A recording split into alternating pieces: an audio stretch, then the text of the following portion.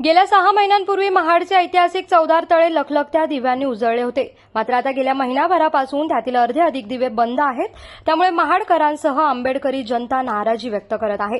2 कोटी 10 लाख रुपयांचा निधी या कामासाठी खर्च केला, तो असे दिवे बंद करण्यासाठीच केला का, असा संतप्त सवाल महाडकर नागरिक विचारत आहे.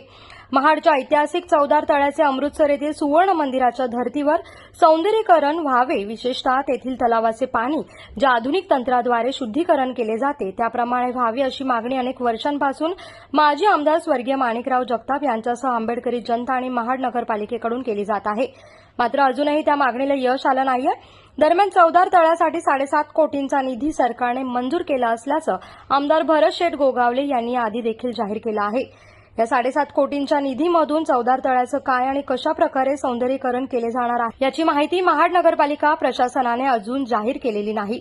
मार्च 2024 मध्ये चवदार तळ्याचे सभोवताली 220 पोलवर डेकोरेटिव्ह एलईडी दिवे उभारले आणि ते सुरूही देखील केले. त्यामुळे चवदार तळे चांगल्या प्रकारे उजळले होते. मात्र काही दिवसातच त्यातील एक दिवा बंद पडत होता. बंद पडलेला दिवा त्वरित चालू करण्याचं काम नगरपालिका प्रशासनाकडून केले जात नव्हते. बंद दिवे चालू करण्याची तत्परता नगरपालिका प्रशासनाकडून दिसून येत नाही. दिवाळीपासून चवदार तळे पाहण्यासाठी पर्यटकांची रीक सुरू झाली, पण रात्रीच्या वेळेस चवदार तळ्यांकडील अर्धे अधिक दिवे बंद असल्याने तळ्याचे सौंदर्य पर्यटकांना पाहता येत नाही. दरम्यान ऐतिहासिक चवदार तळ्याच्या सभोवताली बंद पडलेले दिवे त्वरित सुरू करावे अशी मागणी सर्वच महाडकर जनता करत आहे.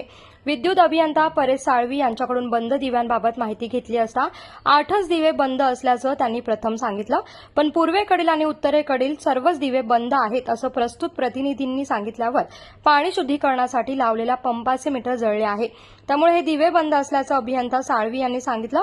मीटर जळाल्यामुळे दिव्यासोबत पाणी शुद्धीकरणाचं काम ठप्प झाल्याचं स्पष्ट झालं आहे.